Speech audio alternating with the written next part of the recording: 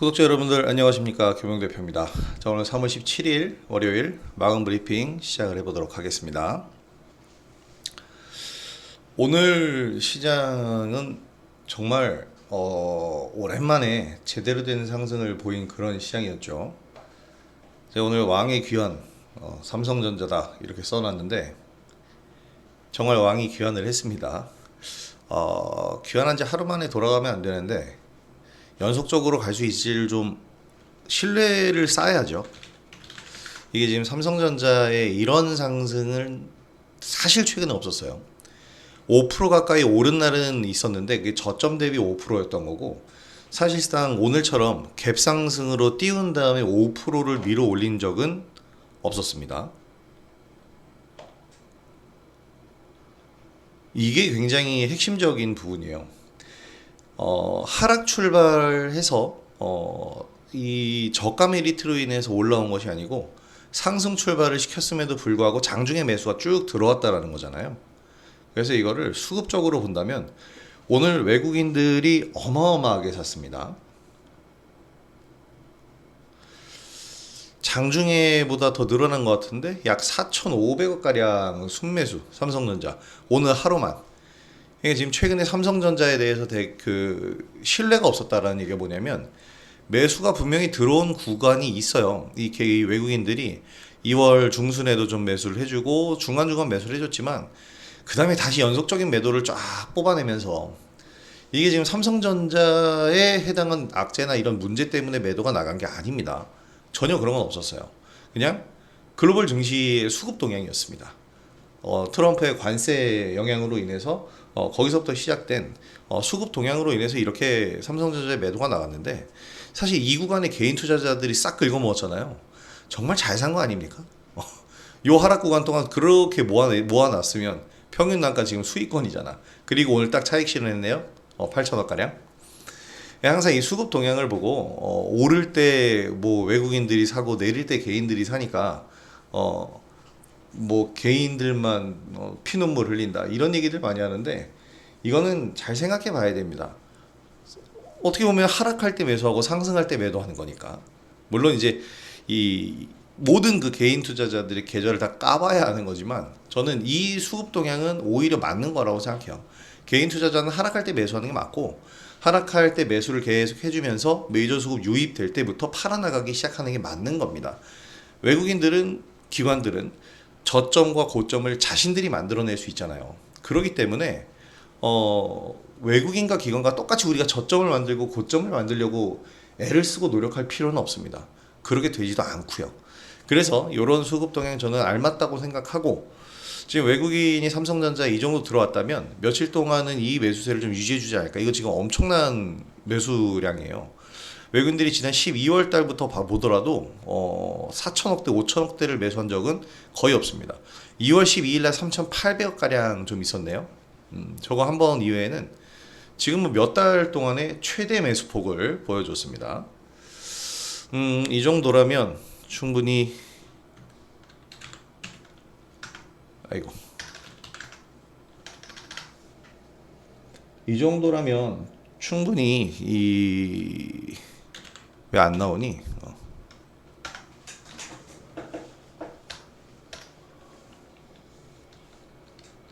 옆에 지수 선물 보여드리려고 그랬는데 나오질 않네요. 그냥 보면은 지금 미증시 나스닥 선물 자체가 좀 하락 중이에요. 오전 내내 하락이었습니다. 오전 내내 하락이었는데, 사실 지난주에 급등한 것 때문에 그것에 대한 어떻게 보면 차익 실현성 물량이다라고 볼 수 있는데, 삼성전자는 신뢰도를 가질 수 있지만 문제는 이제 해외 지수입니다. 미국 증시 나스닥 지금 2.6% 반등이 나왔는데, 여러분 이 반등을 우리가 생각해 봐야 되는 게 뭐냐면, 이걸 잘 생각해야 돼요. 밑에다가 써놨군요. 지금 미국장이 절대로 호재로 오른 게 아닙니다. 악재에 반응하지 않는 수준이 된 것뿐이지 미증시가 호재로 인해서 오른 것이 아니에요. 지금 소비자 심리지수 예비치가 2월 달에 이어서 3월 달도 확 꺾였거든요. 이거는 소비 심리가 크게 둔화됐다라는 거예요. 이게 바로 이번 하락장의 원인이 됐었던 내용인데, 이 내용이 또 나왔는데 그럼에도 불구하고 급반등을 보였다라는 것은 뭐냐면, 기술적 반등이란 얘기죠. 호재 없어요. 악재를 딛고 올라온 겁니다. 근데 이게 어떻게 보면 더 대단한 거죠. 악재를 딛고 올라왔으니까. 이렇게 올라온 흐름을 보자면 역시 미증시가 이렇게까지 하락을 보였었던 가장 큰 이유는 트럼프는 이제 트리거의 역할을 한 거예요. 방아쇠의 역할을 한 거고, 여기까지 이렇게 미증시가 조정받은 가장 큰 이유는 가격입니다. 과도해진 밸류에이션 때문이었고, 그 과도한 가격을 조정시키기 위한, 전 트럼프도 그렇게 머리를 썼다고 생각해요. 자신의 재임 기간 중에 미 증시를 올려야 되는데 여기서부터 올리기엔 2만 선부터 올리기엔 너무나도 부담스럽잖아요. 그래서 적어도 어느 구간까지 내리자라는 판단을 했을 거고요. 여기서 이런 하락을 보였었던 이제 작년 8월 달 우리나라도 이제 블랙 먼데이였나요? 그게 찾아왔을 때인데 이때만큼의 하락을 좀 보였습니다. 지금 최근에 이때가 더 하락폭이 과했고 과격하긴 했지만, 그래서 이런 거 보여준 다음에 다시 한번 어떤 것 요런 추세를 만들기 위해서 지금 이렇게 만들어 놓은 거라고 저는 생각을 해요. 그래서 지금 증시에 대해 베센트 재무장관도 그런 얘기했죠. 신경 쓰지 않는다고 하락을. 신경을 안 쓰면 아예 그런 얘기 자체를 안 하겠죠. 자, 어쨌든 오늘 삼성전자 5%대 강세 흐름 보였습니다. 5천억 가량의 외국인 매수에 힘입어서 강세 흐름 보였고, 이게 이제 시장 상승을 이끌면서 기술주 전반적으로 좀 강세 영향을 보였어요. 근데 오늘 좋았던 점은 뭐냐면, 보통 기술주 강세가 나온다라고 한다면 다른 종목들은 소외되거나 좀 밀릴 가능성이 좀 있는데, 오늘은 바이오 그리고 여전히 강했었던 하나그룹주 가니까 방산주 덩달아서 지금 기술주 외에도 다른 섹터들에서도 전부 상승이 나오면서 최근에 가장 탄탄한 상승장이 나왔다는 것. 아쉬운 점은 이렇게 다양한 섹터에서 다양한 강세 종목이 나오다 보니까 수급은 한정되어 있는데 올라가는 게 많잖아요. 그럼 분산되죠. 그래서 더 강세를 보일 수 있는 종목들이 조금 강세가 좀 약했다. 상승폭이 좀 제한적이었다라는 부분이 좀 아쉬운데, 이거는 지금 갑자기 어떤 글로벌 어마어마한 악재가 나오지 않는 한 이것은 시간이 지나면서 다 소화가 됩니다. 그러면 상승 흐름을 더 유지를 할 수가 있겠죠.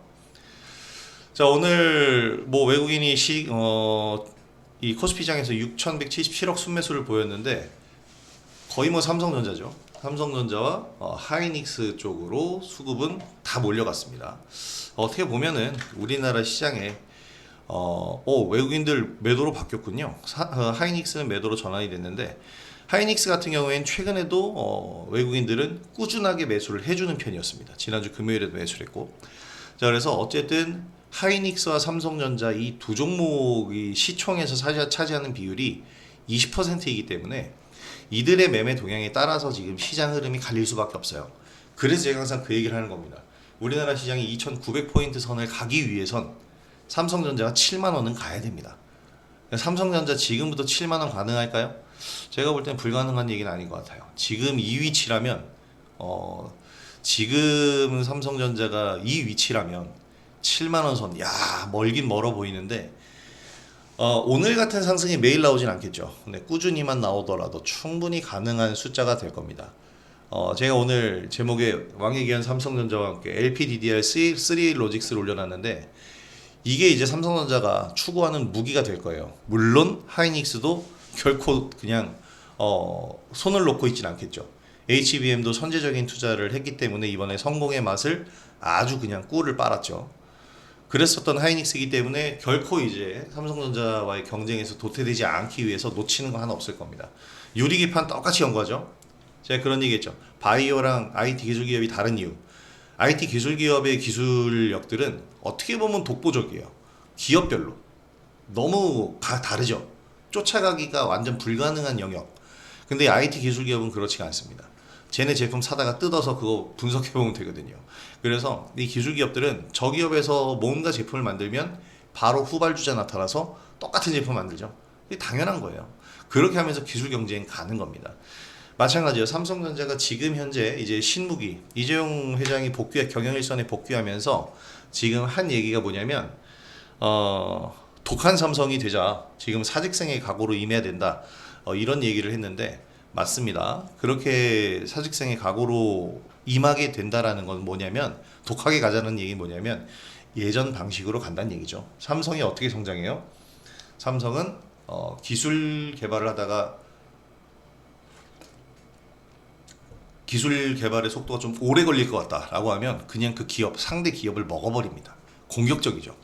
그런 경영 패턴들이 다시 한번 이제 나오게 된다면 엄청난 성장세를 우리는 기대를 할 수가 있고, 특히 주식시장에서 매매하는 우리 입장에선 그렇게 번지는 종목들로 인해서 엄청난 수익을 올릴 수가 있을 거예요. 그게 이제 중요한 점입니다.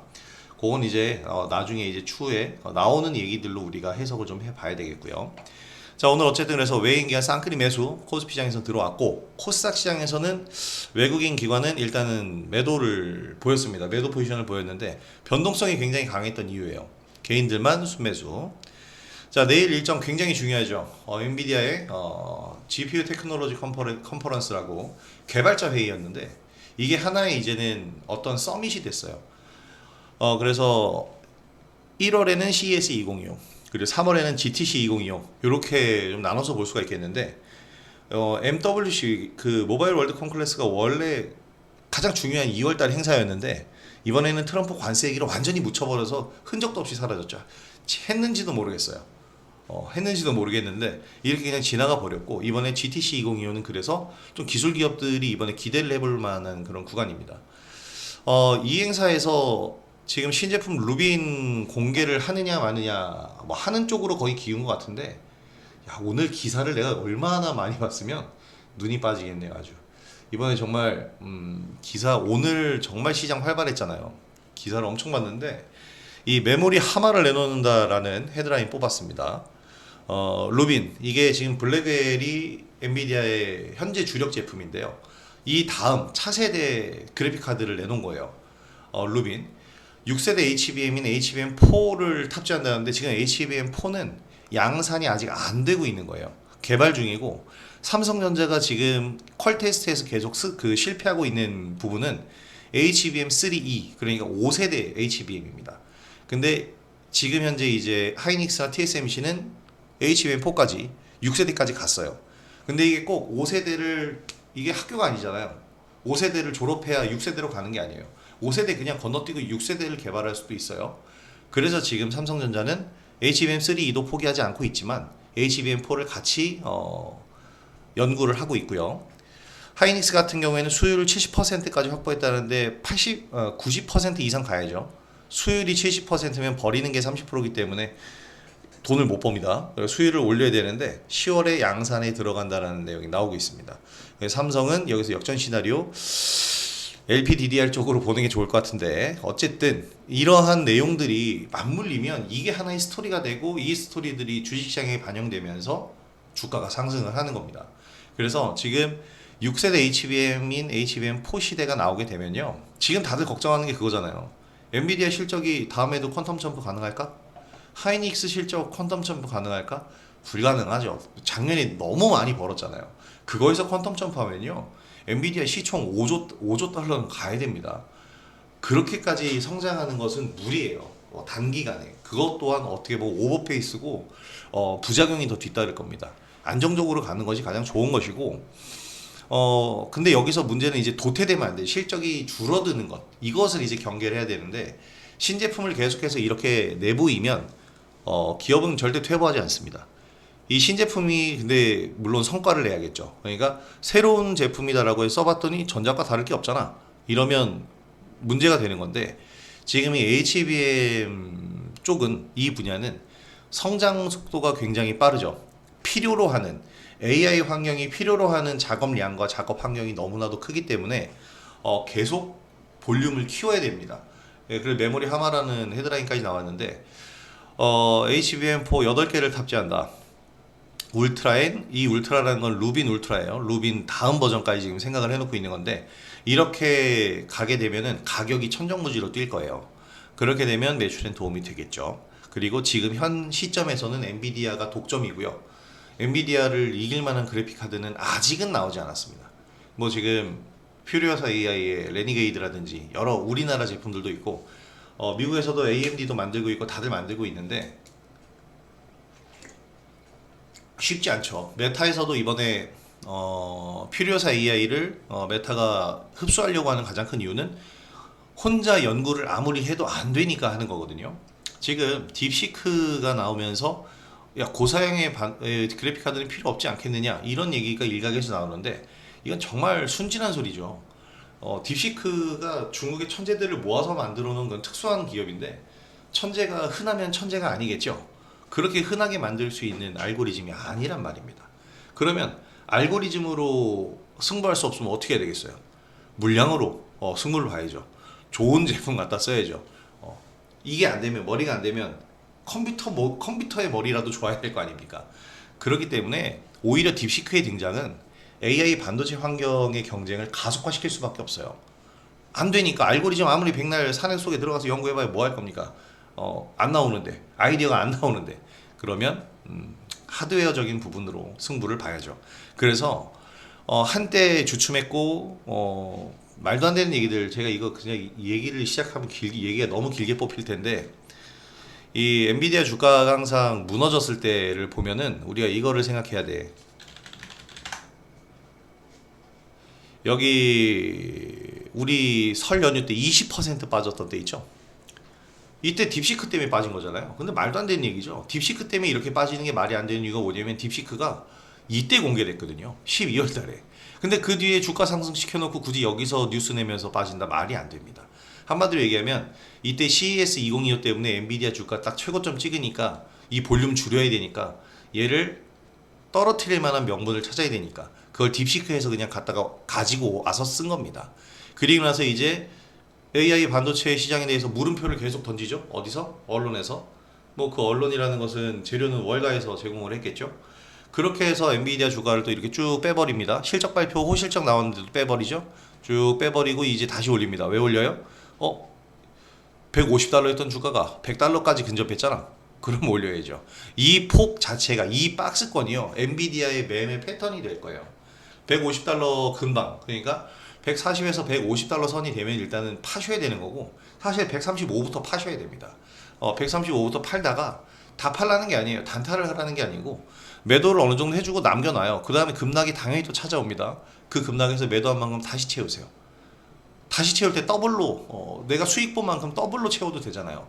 그런 식으로 모아가야지 지금 매수해서 엔비디아 300달러까지 보유한다 이러고 그냥 허벅지 찌르면서 꼬집으면서 그렇게 보유하는 전략은 여러분들 그 투자자분들에게 너무 큰 고통만 안깁니다. 지금 테슬라를 보면서 제가 그런 얘기를 해드리고 싶어요. 테슬라 지금 가슴 아픈 분들 많죠? 이때 막 인증 자랑글 막 올리셨던 분들 지금 아예 이 방송 주식시장 아무것도 안 보고 있을 겁니다. 그냥 테슬라가 올라가는 그날까지 기다리고 계실 텐데 그렇게 하지 말라는 얘기죠. 제 얘기는 지금도 늦지 않았어요. 사실 테슬라가 여기까지 갔다고 해서 끝나는 것도 아니고 가장 확실한 저는 증거라고 생각하는 건 트럼프가 일론 머스크를 손절하지 않는 한 여기는 앞으로 재료는 계속 풍부하게 나올 거예요. 그리고 손절하지 않았다는 증거가 3월 10일 날 15% 급락했던 전날 트럼프가 얼마나 미안했는지 백악관에서 테슬라 모토쇼를 열어줬죠. 신경 쓰고 있다는 겁니다. 그리고 지금 현재 1월달 이후로 일론 머스크는 말 한마디 없습니다. 뭔가 내부적으로 정치적인 무언가가 있었겠지만 지금 아직 일론 머스크는 자신이 하고 싶은 것을 1도 진행하지 못했어요. 그리고 지금 현재 일론 머스크의 근간은 테슬라지만 테슬라의 근간인 전기차는 지금 테슬라의 주력 사업이 아닙니다. 이제는 AI 쪽으로 바뀔 거예요. 그리고 이걸 준비하고 있는 단계일 수 있으며 엔비디아가 잠시 주춤할 때 테슬라가 갑자기 치고 나올 수가 있기 때문에 테슬라를 보유하고 계신 분들은 반대죠. 이때 400달러, 450달러 막 넘어갈 때는 과열, 이때는 뭐 좋다고 그걸 매수를 하고 있는가라고 얘기하는 거고 지금은 오히려 매수 관점으로 보셔야 된다고 얘기를 하는 겁니다. 지나가서 얘기하는 게 아니고요. 저는 이때 488달러 갈 때도 분명히 얘기했죠. 이거 지금 국장탈출 진흥순이라고 여기 좋아했던 분들 지금 파셔야 된다고 400달러 이상 올라갈 때부터 전 얘기했어요. 그리고 이 300달러 깨질 때부터 제가 뭐라 그랬냐면 테슬라 지금 400달러에 샀다고 300달러 깨질 때 이거 좌절하지 마시라고 더 사셔야 되는 기회라고. 거기서 몰빵이나 뭐 레버리지를 활용하셨다면 좀 안 좋았겠지만 여기 300달러 밑으로 내려올 때는 오히려 좀 담으셔야 된다. 그러니까 지금 그때 어떤 일을 해야 되는지를 저는 얘기를 해드리는 거예요. 테슬라 망했어 지금 와서 다 떨어졌는데 그런 얘기하는 게 아니고 왜 샀어? 이런 얘기하는 게 아니고 지금 이 상황에서 무엇을 어떻게 해야 되는지를 얘기를 해드리는 겁니다. 엔비디아도 역시 마찬가지고요. 그래서 이런 부분들 생각하시면서 미증시도 좋아요. 미국장을 안 할 이유는 없잖아요. 하는 거 좋습니다. 저 같은 경우에 이제 S&P 500 ETF를 추천을 드리는데, 그냥 현물, 그냥 개별 종목 하셔도 돼요. 하시는데, 제가 지금 얘기 드린 대로 너무 올라서 과열일 때 누가 봐도 뻔해요. 내가 지금 사고 싶어서 두근두근 하면 그건 과열입니다. 그럴 때 말고, 누군가가 막 슬퍼하고 있을 때, 어떤 종목으로 슬퍼하고 있을 때, 너 뭐 때문에 그렇게 슬퍼하니? 테슬라. 그럼 그때 사시면, 그때부터 사기 시작하시면 늦지 않는다는 얘기예요. 그래서 항상 과열 구간을 좀 피하시면서 가시기 바랍니다. 국장에서 제가 상승하는 종목, 뭐 클로봇이라든지 이런 종목을 매매하는 거랑은 달라요, 개념이. 미국장은 우리나라랑 성격적으로 완전히 다릅니다. 그래서 그런 부분들을 생각하면서 이 증시를 좀 보시기 바랍니다. 자, 엔비디아 GTC 2025 개막, 요거 아주 중요한 일정입니다. 그래서 계속해서 이 부분에 대해서는 잘 보셔야 돼요. 하나증권에서는 이제 요 얘기가 나왔죠. 과연 이 GTC 2025의 핵심적인 주제가 뭘까요? 신기술입니다. 신기술. 이제 더 이상 이 그래픽 카드 개발자들의 컨퍼런스가 아니에요. 이거는 하나의 이제 서밋이 됐기 때문에 하나의 박람회예요, 박람회. 그래서 여기서는 지금 현재 제가 볼 때 저도 양자 컴퓨터라고 생각하는데, 그러니까 반도체는 당연하고 그거 말고 그 이상이 뭐가 있을까라고 봤을 때 양자 컴퓨터랑 로봇을 생각하는 거예요. 왜 이것을 생각을 하느냐면, CES 2025에서 엔비디아가 주장한 게 뭐냐, 그래픽 카드는 이미 자기가 최강이니까 새로운 사업 영역이 필요한데 그것을 로봇에서 찾았어요. 이걸 피지컬 AI라고, 물리적 AI의 최고 단계 휴머노이드 로봇을 얘기를 한 겁니다. 그리고 또 하나는 양자 컴퓨터를 비난했죠, CES 2025에서. 근데 비난하고 나서 한 1, 2주 뒤에 양자 컴퓨터는 독자적으로는 힘들지만 슈퍼컴퓨터랑 하이브리드 양자 컴퓨터는 가능할 것이다 라는 얘기를 했어요. 이 얘기는 자신들이 양자 컴퓨터 사업을 안 하고 있기 때문에 일단 비난을 한 거고, 그 다음에는 안 할 수는 없기 때문에 시작은 했는데 이제 시작 단계니까 하이브리드 양자 컴퓨터를 얘기한 거예요. 그래서 양자 컴퓨터 관련된 얘기를 계속해서 해줄 수도 있습니다. 그래서 이 젠스랑의 연설은 이제 내일 모레예요. 우리 시간으로는 내일 모레 연설에서 무슨 말을 하는지 이 한마디 한마디가 또 종목들 향방을 가를 겁니다. 근데 이렇게 기술 기업 쪽은 우리가 계속해서 주목을 해야 된다는 얘기죠. 이런 부분들을 저는 이제 오늘 얘기를 좀 드리고 있는 겁니다. 잘 듣고 계신가요? 참여하신 분들이 많이 안 계신데, 이 시간에 하는 유튜브 솔직히 궁금하신 게 있으면 궁금하신 걸 올리셔도 되는데, 지금도 한 20분 얘기하다 보니까 나만 너무 일방적으로 얘기하나 라는 생각이 좀 드네요. 이 관련 종목들이 궁금하잖아요. 관련 종목들. 지금 뭐 이 밑에 뭐 2월 소매 판매 이런 거는 그렇게 중요한 일정은 아니고, 디케니크, 이게 제약바이오 네트워킹 행사가 뉴욕에서 열린다고 합니다. 요것 때문에 이제 바이오주들도 움직인 것 같은데, 이번 달에 이제 바이오주들도 요게 있다라고 합니다. 빅데이가, 제가 오늘 기사를 어마어마하게 봤어요. 이달 말까지 FDA 승인 허가 일정이 굉장히 많습니다. 일단 가장 큰 게 HLB죠. 근데 저는 HLB는 되든 안 되든 이 전에 다 파셔야 됩니다. 발표 전에. 그리고 뭐 유한양행, 알테오젠, 다들 지금 일정들이 있어요. 임상 결과 공개 일정들이 있고, 바이오 일정들이 쭉 있는데, 바이오주들은 보시면 알겠지만 전부 분야가 다르고 각계전투입니다. 오늘 알테오젠 급등한 게 2조 원짜리 마일스톤 계약을 맺었기 때문에 급등을 했는데, 이런 부분은 알테오젠 혼자만의 것이지 다른 기업들과 공유할 수 있는 게 아니거든요. 다른 기업들도 실적을 공유하진 않지만 기술은 강제로 공유가 되거든요. 근데 여기 바이오 쪽은 그게 아니기 때문에 개별 종목별로 보셔야 됩니다. 그래서 대장주만 보셔야 됩니다. 바이오주에선 유한양행, 알테오젠, 리가캠 등등의 대장주들, 이미 뭐 때가 너무 지나버린 삼성바이오로직스라든지 뭐 셀트리온 같은 경우에는 이제는 너무 속도감이 없어지는 단계고요. 지금 성장 중인 알테오젠이나 유한양행 같은 거, 이런 종목들은 좀 보셔도 되겠죠. 자, 관심 섹터 지금 얘기 다 드렸습니다. 반도체 당연히 봐야 되고, 로봇 봐야 되는데, 조선방사는 그냥 어떻게 보면은 여러분 이제 그런 걸로 봐야 돼요. 조선방사는 지금 슈퍼사이클에 도래를 했기 때문에 적어도 2025년 한 해 동안은 그냥 옆에 두고 본다. 상관없죠. 기술 기업들이랑 전혀 상관이 없어요. 그냥 두고 보는 종목들이다. 이렇게 보시면 되겠습니다. 자, 오늘 하루 만에 세 종목 수익 실현을 했어요. 오늘 하루 만에 나간 겁니다.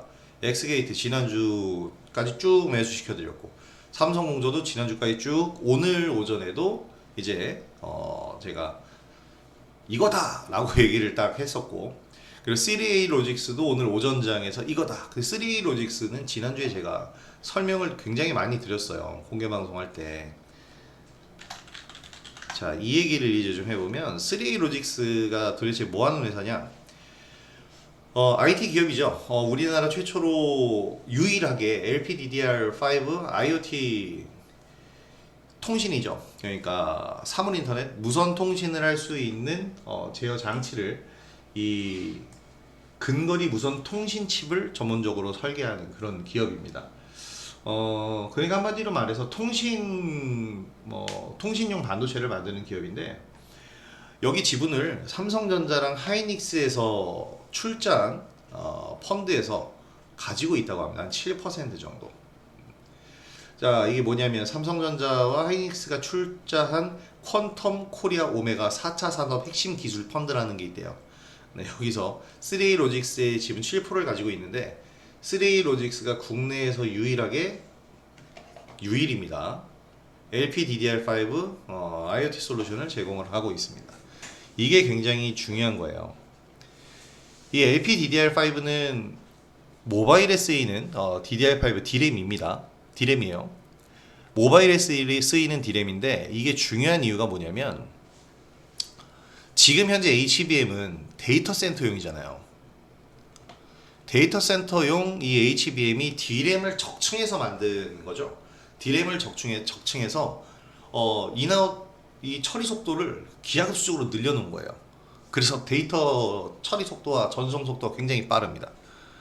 그런데 모바일에도 이 D램을 심잖아요. 왜냐하면 스마트폰은 예전의 핸드폰이 아니고 스마트폰은 하나의 컴퓨터죠. 그래서 여기에도 D램이 들어가요. 낸드 플래시가 들어가는데, 이 낸드 플래시라는 게 뭐냐면 전원을 꺼도 데이터가 저장이 되는 메모리를 뜻합니다.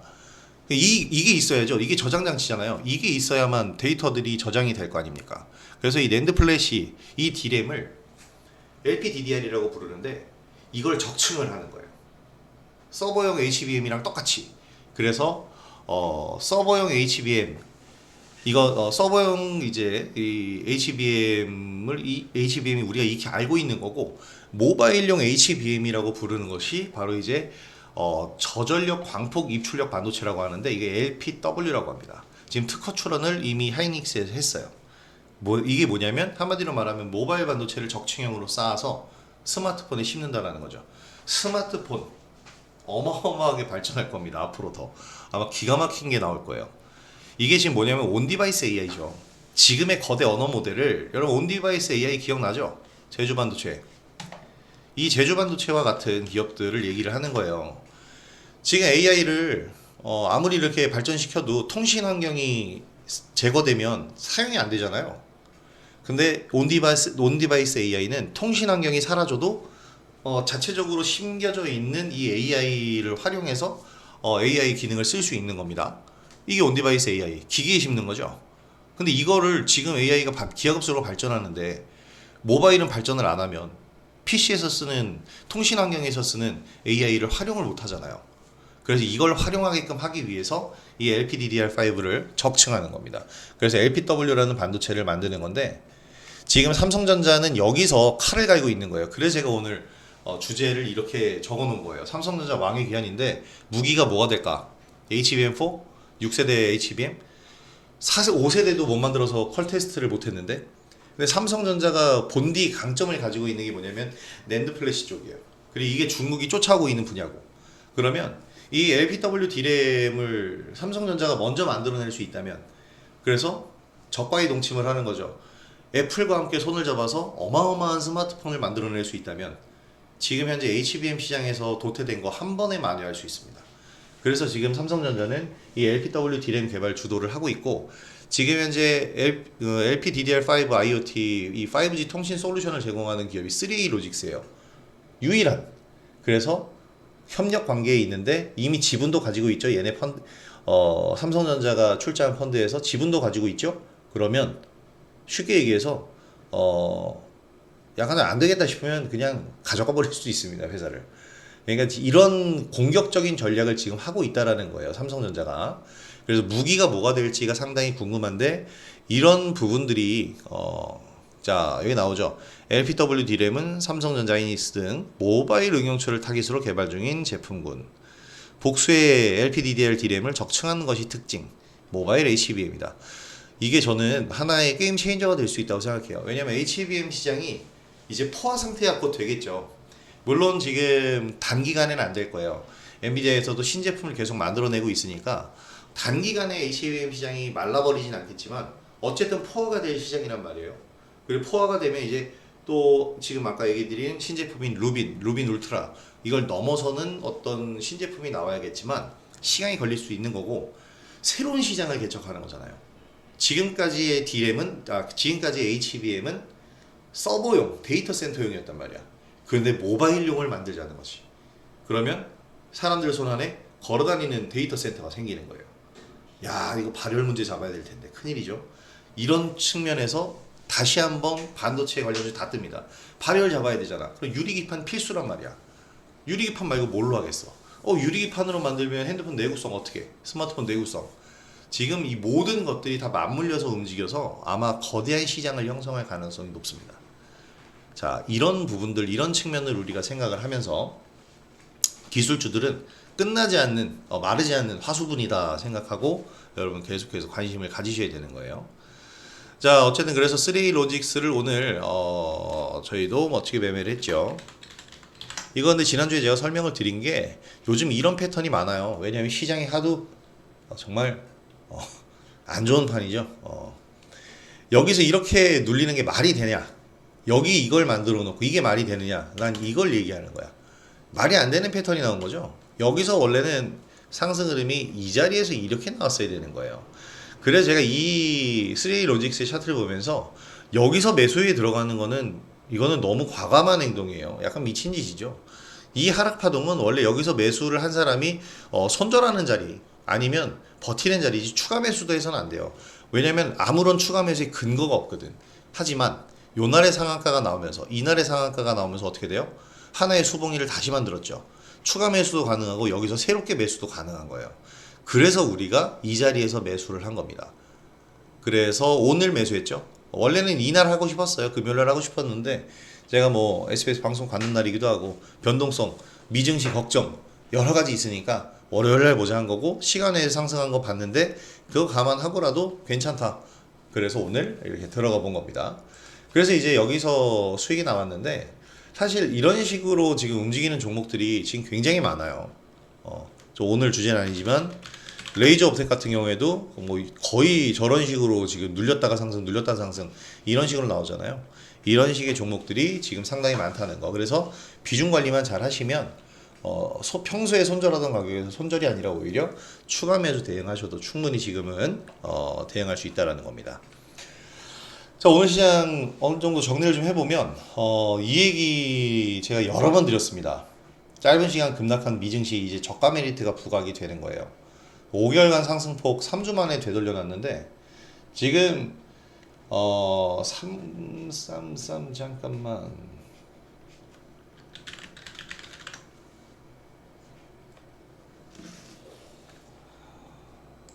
그래도 간만에 올라온 질문인데,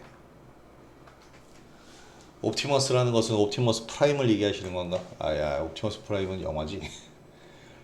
테슬라의 그 옵티머스? 나 옵티머스가 지금 종목이 있었는데 막 했는데 종목이 아니죠. 휴머노이드 로봇이지. 테슬라는 이 옵티머스를 무기로 해서 강하게 한번 드라이브를 걸 수 있어요. 제가 오늘 얘기해 드릴 것 중에 하나였는데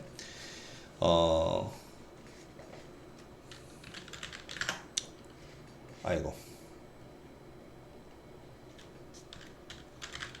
오늘 얘기해 드릴 것 중에 하나였는데, 테슬라가 지금은 아직은 움직이기가 좀 어렵죠. 근데 지금 오늘 로봇주가 움직였잖아요. 로봇주가 이렇게 움직였던 이유 오늘 없어요, 사실. 근데 저는 그 이유를 엔비디아 이번에 이 GTC 2025 때문이라고 생각합니다. 지금 오늘 로봇주 대장은 로보티즈죠. 로보티즈가 뭐 하는 회사냐면 LG그룹에서 분사한 기업인데 액추에이터를 만드는 기업이에요. 지난주에 SBB테크가 급등을 했고 지금 액추에이터 만드는 기업들이 우리나라에 굉장히 다수가 있습니다. 원래는 일본 제품이 한 시장 점유율 70% 이상이었어요. 근데 지금은 우리나라도 일본 하모닉이라는 회사에서 만드는 이 하모닉 액추에이터를 똑같은 거의 하모닉 액추에이터보다 더 뛰어나다라고는 할 수 없지만 가격적인 측면까지 고려했을 때 결코 뒤떨어지지 않는 제품을 만듭니다. 그 SBT에서 만들고 테슬라와 구글 얘네들이 선택한 건 이제 로보티즈예요. 로보티즈도 액추에이터 기업이야. LG전자에서 분사한 LG전자 로봇 개발팀이 LG전자가 그 경영난일 때 퇴출당했다고 얘기해야 되나? 어쨌든 분사를 해서 독립법인이 된 게 이제 로보티즈예요. 그래서 모든 그 사업을 LG전자랑 같이 합니다. 그래서 이제 로보티즈의 그 지분을 가지고 있기도 하고요. LG전자가. 자, 그래서 자체 개발한 액추에이터 브랜드 다이나믹셀 이걸 생산한다고 하는데 사실 대기업을 끼고 있으니까 이런 게 가능한 거예요. 지금 현재 레인보우 로보틱스도 마찬가지고 요일 로보틱스도 마찬가지고 이런 기업들 전부 다 뒤에 배경에 대기업들의 지분 투자를 받았죠. 그래서 이들은 달라요. 엄청난 생산량 그리고 고민하지 않아도 되는 매출처 이런 것들을 다 확보하고 있단 말이에요. 그래서 이제 사업이 되는 건데 로보티즈 같은 경우에도 이렇게 계속해서 연구 개발을 하면서 만들어냈습니다. 이 액추에이터를. 그러면서 다이나믹셀 이 로보티즈의 다이나믹셀이 테슬라의 휴머노이드 로봇 옵티머스에 들어가요.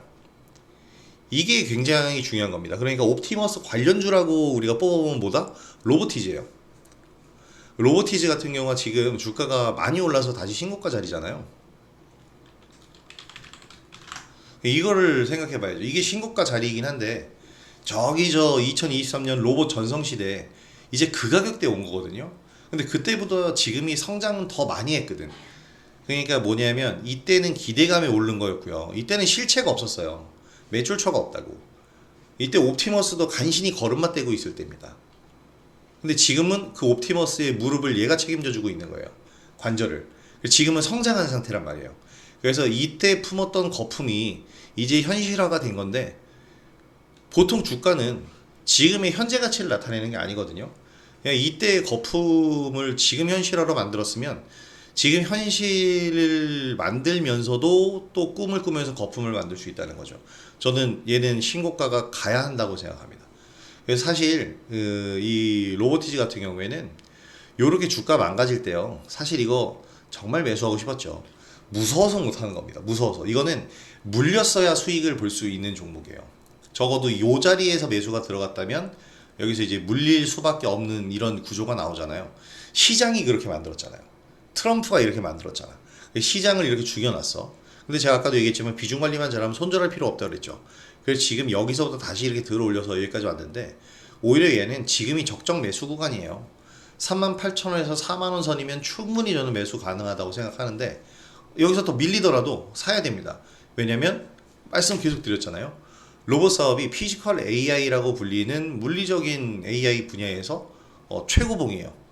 누구나 다 어떤 기업이든 이 휴머노이드 로봇에 대해서 지금 개발을 하고 있고 LG전자도 마찬가지고 지금 모든 IT 기업들은 휴머노이드 로봇을 만들고 있습니다. 그래서 이런 로봇 기업들 잘 봐야 되는데 이제 그런 거죠. 아직 개발한 기업은 없는데 상용화를 테슬라는 했잖아. 옵티머스. 그럼 이 옵티머스 관련주를 뽑아봐야죠. 다른 로봇주 다 갖다 붙이지만 실질적으로 테슬라에 뭔가를 납품하는 기업은 로보티즈라는 겁니다. 그리고 이 휴머노이드 로봇에서 여러 가지 생각해야 되는데 뭐 AI 솔루션 당연하죠. NPU도 당연히 있어야 되고 다 있는데 그 모든 것을 다 통틀어서 뭐가 있어야 되냐면 생각을 하려면 뭘 보고 듣고 만져봐야 생각을 할 거 아니에요. 바로 이런 감각기관입니다. 그래서 자율주행을 상징하는 눈, 이 자율주행용 카메라, 라이다라든지 이런 센싱 카메라라든지 이런 부분들이 굉장히 중요해요. 그리고 이런 걸 만드는 게 이제 테슬라의 자율주행 관련 파트너사들이 있죠. 그게 또 우리나라 기업이 있어요.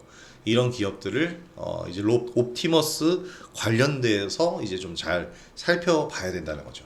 로보티즈는 벌써 성과가 나오고 있잖아요. 앞으로 더 갈 수 있어요. 테슬라가 지금 주춤하고 있지만 이대로 끝날 게 아니라 다음 뭔가를 준비하고 있을 텐데 그 무기가 뭐가 될까? 뭐 잘 생각해 보면 이런 게 될 수 있죠. 로보택시라든지. 이 일론 머스크의 꿈이 그거라고 그러죠. 각 가정마다 로봇 집사 하나씩 두는 거. 근데 아직 옵티머스가 그 정도 수준은 안 될 것 같고. 그리고 이 옵티머스가 대당 한 2억 하나요? 2천만 원이었는지 2억이었는지 기억이 안 나는데 2천만 원은 아니지 않을까? 저가형 고가형이 있을 거예요 아마. 근데 그 돈 주고 로봇을 쓰느니 그냥 가정부? 그러니까 이 로봇 집사라는 개념을 완성시키기 위해선 아직 갈 길은 멀다. 그래서 갈 길이 먼 만큼 계속 우리가 관심 섹터, 그러니까 뭐라고 해야 돼? 앞으로 계속 주식시장에서의 먹거리로 활용이 될 것이다라는 겁니다. 그래서 이런 부분들을 보면 기술주들을 우리가 계속 놓치지 말아야겠죠. 이거는 요 장마감 불미 요거는 제가 뭐 오늘 얘기 다 해드린 것 같은데 요 얘기가 가장 중요한 거예요. 저가 메리트 부각될 정도로 지금 빠졌어. 그래서 낮아진 주가에 악재에 반응하지 않아요. 지금 미증시는. 아까 얘기 드린 거죠. 미시간대 소비자 심리지수 예비치 2달 연속 꺾여서 2022년 11월 이후 최저치입니다. 그래도 주가는 올랐어요. 증시가 반등했죠. 그거는 지금 소비 심리 악화가 되든 관세 전쟁을 하든 일단 지금 시장의 가장 큰 문제는 과도한 밸류에이션이었다. 근데 그게 깎였잖아요. 그게 사라졌어. 그래서 이제 다시 상승할 만한 이 공간적인 여유가 생겼다라는 겁니다. 자, 이런 부분들 생각하면서 우리가 우리 시장을 봤을 때 뭐를 봐야 되냐면 우리나라는 저가 인식이 강하단 말이에요. 지금 현재 저가다라는 인식이 강한 시장이에요. 그러면 이 저가라는 인식이 강하다는 이 시장에서 미증시가 단기 급락에 의한 단기 반등을 시도할 때 미증시가 견인차 역할을 해준다면 우리는 바닥권에서 올라오던 장이었는데 미증시가 견인까지 해주면서 더 큰 상승폭을 노릴 수 있다. 그래서 지금 우리 시장이 굉장히 중요한 겁니다. 그리고 그 중요한 시장에서 어떤 것들을 매매를 해야 되느냐를 지금 얘기를 계속해서 해드리고 있는 거예요. 지금 GTC 2025 관련해서 제가 여러 설명을 드렸는데 이 설명들 안에서 제가 뭘 해드렸냐면 무슨 얘기를 해드린 거냐면 로봇이라든지 양자 컴퓨터라든지 이렇게 좀 새로운 부분들을 얘기를 드렸잖아요. 근데 이 새로운 부분들 이외에 원래 강점을 가지고 있던 부분들도 우리가 생각을 해봐야 되겠습니다. 당연하지 않나요? 그게 뭐예요? 유리기판이잖아. 아우 정말 답답합니다. 그죠? 오늘 수급이 좀 분산되는 바람에 이렇게 됐는데 지금 이 GTC 2025에 가장 핵심적인 것은 아무리 그래도 어쩔 수 없이 반도체입니다. 오늘 오전장에 그래서 반도체들이 굉장히 강세 흐름을 보였잖아요. 근데 그냥 반도체들이 가는 게 아니고 지금 이 특징들을 보면 전부 삼성향 이 밸류체인들이에요. 물론 이제 SK랑 삼성을 동시에 대부분 다 밸류체인들이 가지고 있어요. 근데 그러면 기업 비밀이 지켜지나? 어쨌든 사실 이 부분에 대해서는 뭐 민감한 기업적인 안에 뭐 기밀사항들 같은 경우에는 제가 뭐 접근 권한도 없고 알 수 있는 능력은 없지만 기업을 보면 알 수 있잖아요. 기업들을 보면 삼성전자 밸류체인 또 하이닉스 밸류체인들이 있는데 여기서 두 기업을 같이 아우르는 기업들을 좀 봐야 됩니다. 항상 강조하는 DI 이번에도 멋지게 수익 실현하고 나서 지금 이제 또 소량이 남아 있는 거죠. 그래서 우리는 다시 DI에 대해서 매수 관점으로 보고 있는데 DI도 드디어 HBM 사업에 뛰어든다 이런 기사가 나오더라고요. 아니 뛰어든 적이 언젠데 장난합니까? 그래서 지금 DI 같은 경우에는 삼성전자, 하이닉스 모두 아우르는 밸류체인이에요. 그래서 관심주로 좀 보실만 하고요. 워트 공조 시스템 얘네들은 뭐라고 해야 되죠? 용어가 있는데 잠시만 환경 제어 시스템 초정밀 온습도 제어 장비. 그러니까 반도체를 제작할 때 먼지 한 톨이 있어서는 안 되잖아요. 진공 상태에서 정말 초정밀 부품이니까. 그런 제작 환경을 만들어 주는 게 바로 워트가 하는 일입니다. 그래서 워트를 잘 봐야 되겠고, 삼성전자랑 하이닉스 둘 다 공통의 밸류체인이에요. 제가 이번 그 엔비디아 GTC 2025에서 관심을 갖는 것도 여기입니다. 여러분 아까도 살짝 얘기하다 말았지만 지금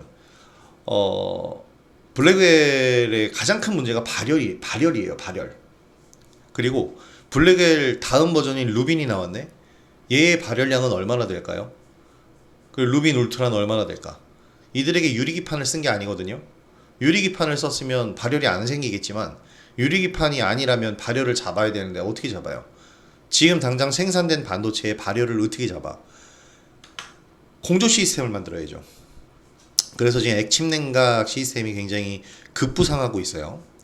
이 액침 냉각 이게 또 분야가 좀 거대해지는 게 정유주들도 포함이 돼요.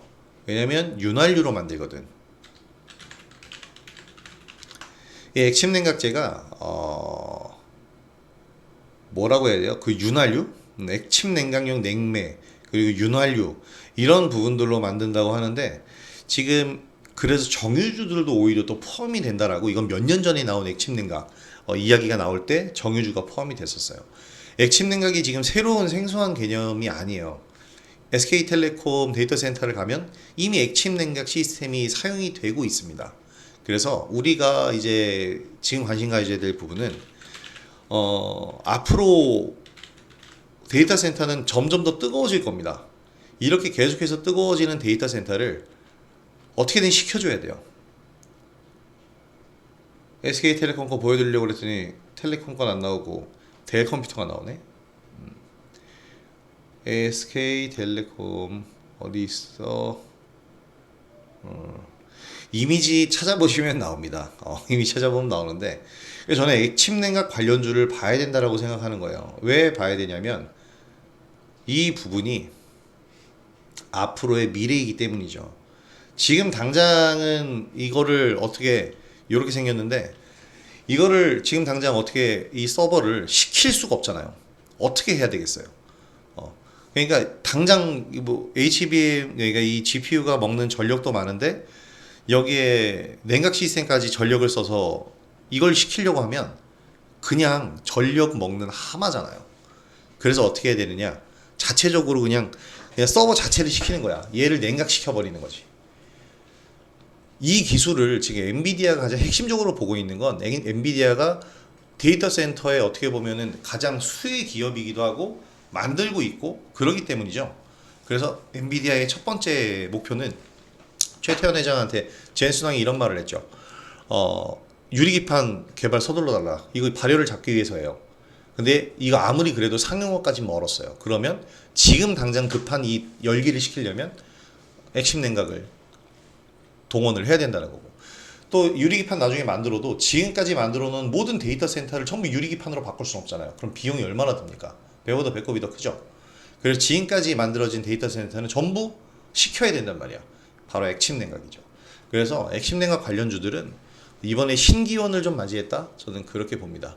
그래서 이번 파동도 우리가 좀 매매를 해봤는데 다시 한번 또 매매할 수 있는 그런 기회가 좀 만들어질 테니까 다들 관심 많이 가져주시고 이렇게 유튜브 영상 올릴 때에도 많이들 이 참여해 주셔서 그렇게 질문 올려주시면 또 제가 대답 딱 깔끔하게 해드리니까 많이 활발하게 참여를 좀 해주셨으면 좋겠습니다.